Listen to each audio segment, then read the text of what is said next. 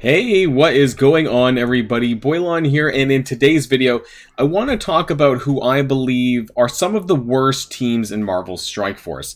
Now, the reason why I thought about this was after doing some Alliance War matches and failing miserably in some attacks with teams that I, to some degree, invested a fair bit in, but they still just fall flat. And these are teams that perhaps were not ever really all that good to begin with, and or were circumstantial in terms of who you use them against, and they just weren't widely great. So these teams will be most likely ones to avoid building now, but there are a few characters in here worth considering for the future, but I hope in some cases that they might even be up to the plate for a rework, because boy, some of these are a bit iconic, and I wish that they were a bit better. So if you're ready to go, then let's boil these teams down.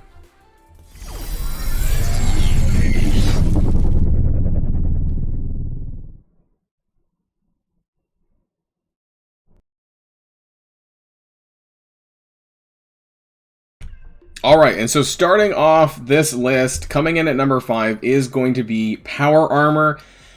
Now, I am considering this both in the Power Armor 1.0 and the Power Armor 2.0.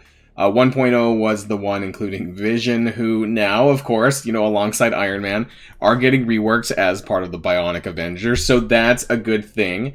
But as far as this team goes and how it was when it first came out, and I want to say that a lot of these teams I'm going to be considering when they first came out, and what their value is now. So a combination of this.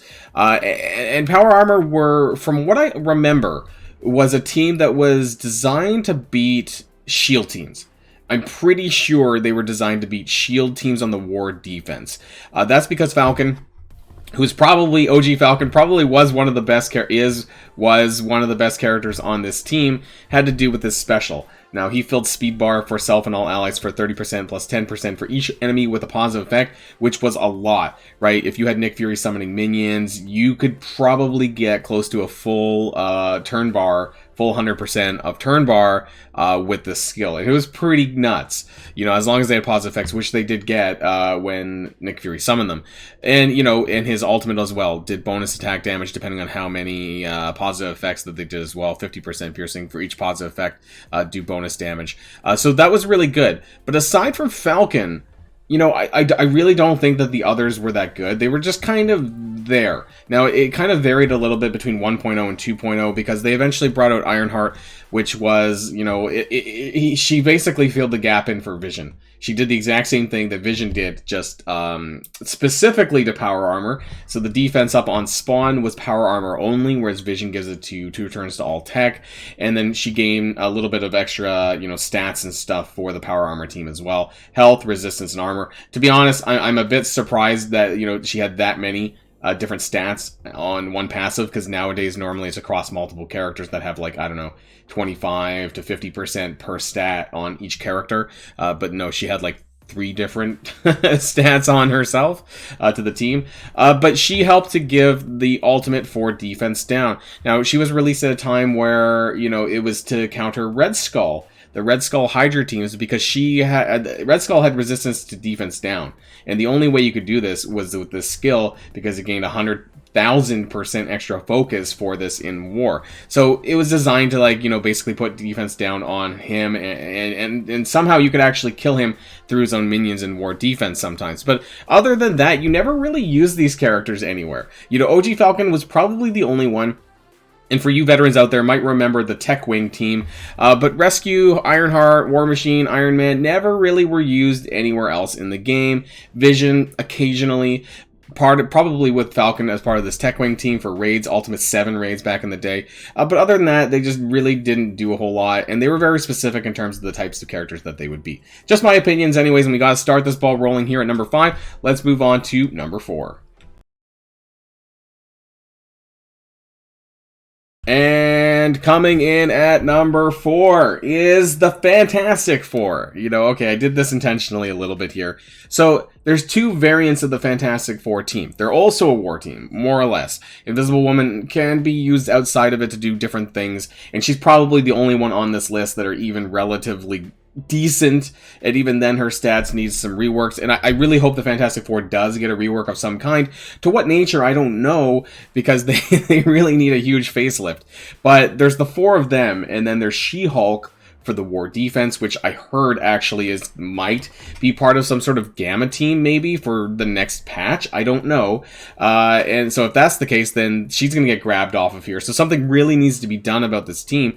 And then you have Namor, who is for the war offense. So it was a very interesting mechanic, I guess you could say, because it was one team that was in a group of 4 that also had, a war offense version and a war defense version, which, when we look at number 3, I actually don't mind this kind of situation, but I feel like they just didn't really do what I don't know what they were meant. They were meant to do something, right? But they never really went above and beyond. And for a team like Fantastic Four, who I believe is a very iconic Marvel team, they should have done and should have been a little bit better than they were.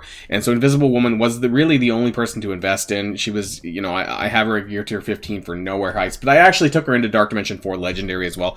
So she served her purposes there, but the rest of the team just didn't. And they were pretty useless, more or less, without other members. And so that was the biggest problem, too, is that at that time, anyways, when they came out, that they just weren't widely viable in other places without the full team. And even then, it was a war team. So, that kind of got the ball rolling for, not to really heavily invest into war teams, which you can see that most of my characters are Gear Tier 12, because I kind of immediately dismissed them as not being really worth investing in, because I was only using them in one game mode, and therefore it wasn't worth it in the wide range of things. So, let me know what you think about the Fantastic Four. I do hope that they do get a rework in the near future, though, because I think that this is a very iconic team that deserves a little bit more love.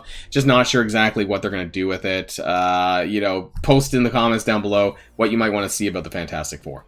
So let's move on to team number 3.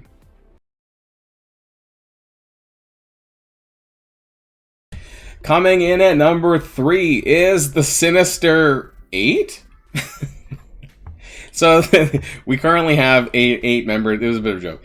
Okay, so we have 8 members of the Sinister Six. There's a lot of members of the Sinister Six, as you guys know, and really this came at a very awkward time when they released this team. When they released Doc Ock, the original team, which made up of Rhino, Mysterio, Green Goblin, Vulture, and Shocker. Even then, I'm not sure that they were a really stellar team. I believe this was pre-Alliance War, and they were originally out to beat city characters, and specifically city hero characters that they did additional damage to. They had some callouts against them. Mysterio, Rhino specifically had some callouts. Actually, I believe they all kind of did to some degree. And Green Goblin actually was a way to sort of beat shield teams. Once again, we talked about shield teams earlier, because Green Goblin's passive allowed, on any Spider-Verse ally's turn, choose 2 random enemies. If they have a positive effect, remove 1. And then there was a call out against shield enemies and stuff like that. So yeah, I believe this was a way of an attempt to beat the Nick Fury shield team, because they were super prominent in the game for a very long time. Believe it or not, Nick Fury and shield minions were OP as fuck for a good while, both in raids and other game modes, because they had huge ass sustain. But then queue up Dr. Octopus and Electro and Swarm. They came out, I believe, in the summer and fall of 2020 now, I think I want to say. And they were okay. I just think that they got released at a time where it just wasn't really super important. I think a lot of us felt that, maybe that there was going to be some additional reworks beyond what they did with the team. And Doc Ock, I'm still hoping that there's going to be some additional Sinister Six members that come out to round out this team, because I feel like there is potential, but it's just not quite there yet, and it just never really was there. A lot of people do use this team on war defense because it still is a pain in the ass, but it's largely to do with Doc Ock and has nothing too much to do with the rest of the team. The whole call out to chargeable Sinister Six members here, but there was only 2 of them in the form of Electro and Swarm. I was a little bit disappointed that they didn't release 2 more for a full team of 5, or rework the existing ones to add charges in some fashion. So I hope that that's something that they might do in the near future. I hope that I love Doc Ock, and that's why I took him to Gear Tier 16. I love the Sinister Six. Please give us some more characters. Please give me a reason to level up Electro and Swarm more. The fact that they're even this high is surprising to me. I level 81 and level 80 Swarm, because I really wanted them to be good. And that's why I took them up high. I could have took them up higher in gear, but I didn't, because I just wasn't the right time for me. And it was very heavy in bio. Both Electro and Swarm were bio. Give us some a war offense and a war defense version, because a lot of the callouts for this team is war specific. So give us a Sandman for war defense. Give us a Kraven the Hunter for war offense. I don't know, whatever you need to do. You know, give us some additional characters that are chargeable, and I can decide where I want to use them on the offense or the defense to make this team the team that it should have been to begin with. Because I love the Sinister Six. They need to do more, and I really hope we get some releases this year. It's still not too late. So Scopely, please, if you want any chance of me giving you money, it's going to be on this team. So release them. All right, moving on to team number 2.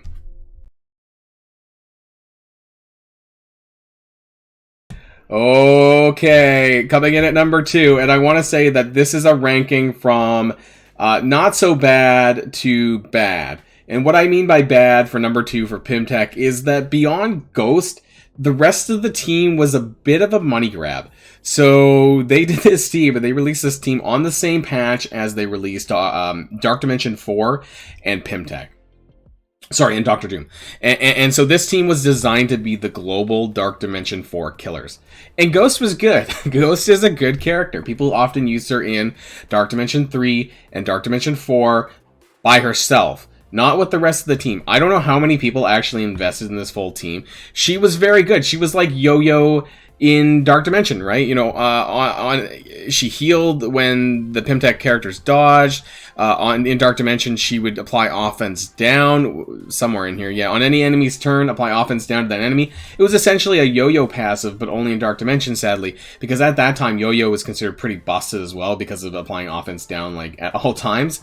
And you know, there was a lot of good buffs here, and Ghost is a very good character. She had life drain on her ultimate and extended negative status effects, which is really, really good. And she could do that outside of Dark Dimension. So 15% health was really good. It also was basically a full heal for her, a full heal for the rest of the team if you happen to have been running them. But I don't know very many people who actually ran the full team, and that's part of the problem and why they're up here on this list. I would love to know if anyone actually invested hardcore in like G15 to this team, to the rest of the members. I would love to know. So this team kind of falls flat if you don't run the full team, and that's the problem, because a lot of the callouts for their kits, I believe specifically like Ant-Man and stuff, requires you to have the full team, because if you see here on the T4 text, in Dark Dimension on spawn, if this character has 4 or more Pimtech allies, which is the whole team, it's all 5 of them, apply evade to self and all Pimtech allies. So not only were they very T4 heavy, but you needed the full team, which means that you needed 5 characters in Dark Dimension 4 Global with tech gear, and it was really expensive to do. And for the most part, I don't know how many people took the bite. And so I would be curious to know if somebody watching here did actually end up taking this to Gear Tier 15, and let me know how they did. I actually heard that they weren't terrible. Right? They weren't terrible in the game. They actually functioned somewhat okay. It was a huge risk, a huge gamble to take these characters up so high, just for Dark Dimension 4, when you didn't really need to, because really at the end of the day, all you needed is Ghost. And so that was the biggest unfortunate thing. They ended up making you kind of need them a little bit by making you use Pimtech to beat Jubilee's event, but the problem with that was actually you didn't even need the wider team to do that either. You only needed Ghost. And so I don't know what they're going to do with this team. I was really disappointed that they didn't take Stature and make her a member of the reworked Young Avengers, because she is a founding member of the Young Avengers, and so there's a little bit of a disappointment from me there that didn't happen. They could have reworked her kit to just basically make it functionable with the Young Avengers, and I think that'd be really good, because at this stage I think that I think that this team is busted. Busted bad. Like, I don't think there's any reason to level them up.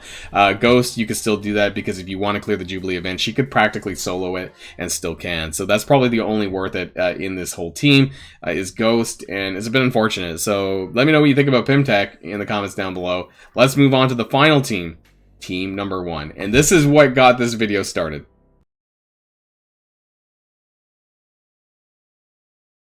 Okay, coming in at the number 1 slot is the Skillety team. So, I have a lot of words to say for this Skillety team. This is the reason why I made this video, because I have them invested in a fair bit. You know, it could be a lot more, but, you know, with war buffs, I have them, with the armory buff anyways, in war, I have about a 600,000 maybe about 600, close to 630 with the buffs. And I struggle to beat teams without punching down a large amount. I can't even beat Doc Ock teams without punching down a fair bit. And, you know, don't think that you're going to punch across or punch up on many teams with this unless you're fighting cream minions or something else that's, like, arguably pretty garbage. So this team started off with a 1.0 version, and that was with Killmonger in it. Since then, Killmonger has been dumped, and we have the 2.0 version and have Black Widow. This team was so bad in its infancy that, yes, they actually had to bring... and maybe there was a plan for this all along, because when this came out, it was around the time of the MCU Black Widow movie, and there was a lot of issues with its release and things like that. And so I don't know if Black Widow was always originally to be on the team, or if they pushed it back because of the movie or whatnot. There ended up being a Black Widow movie skin for this as well.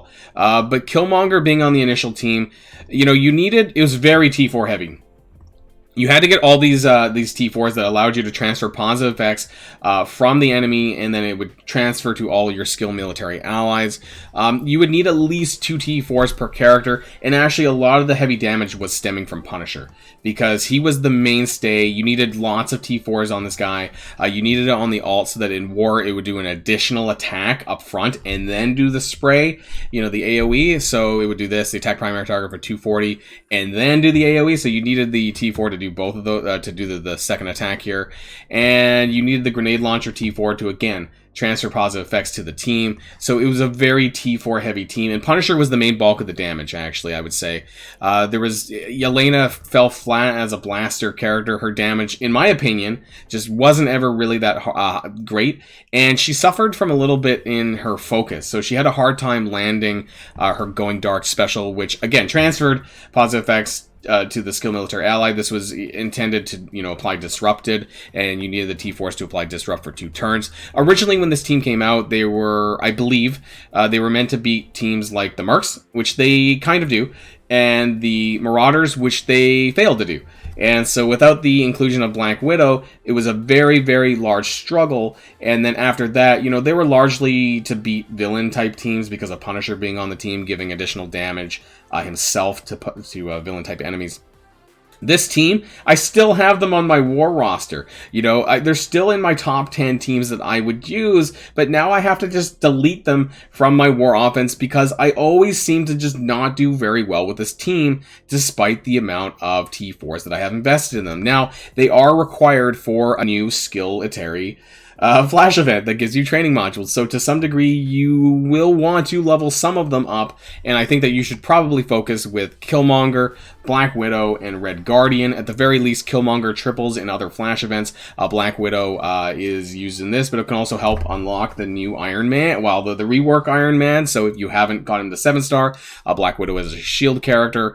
And then Merc Soldier can also be used in the Skillety and Payday events.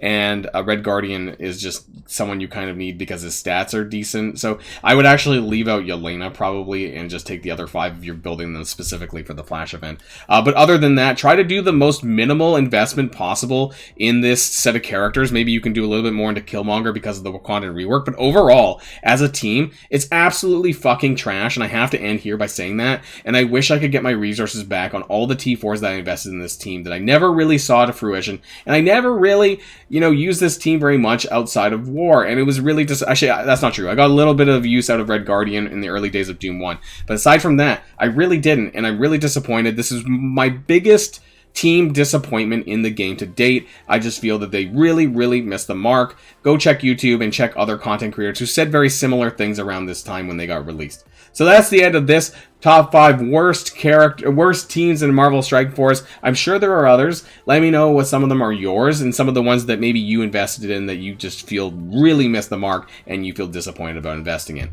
Till next time, stay safe and healthy, and I'll see you all later. Boilon signing out.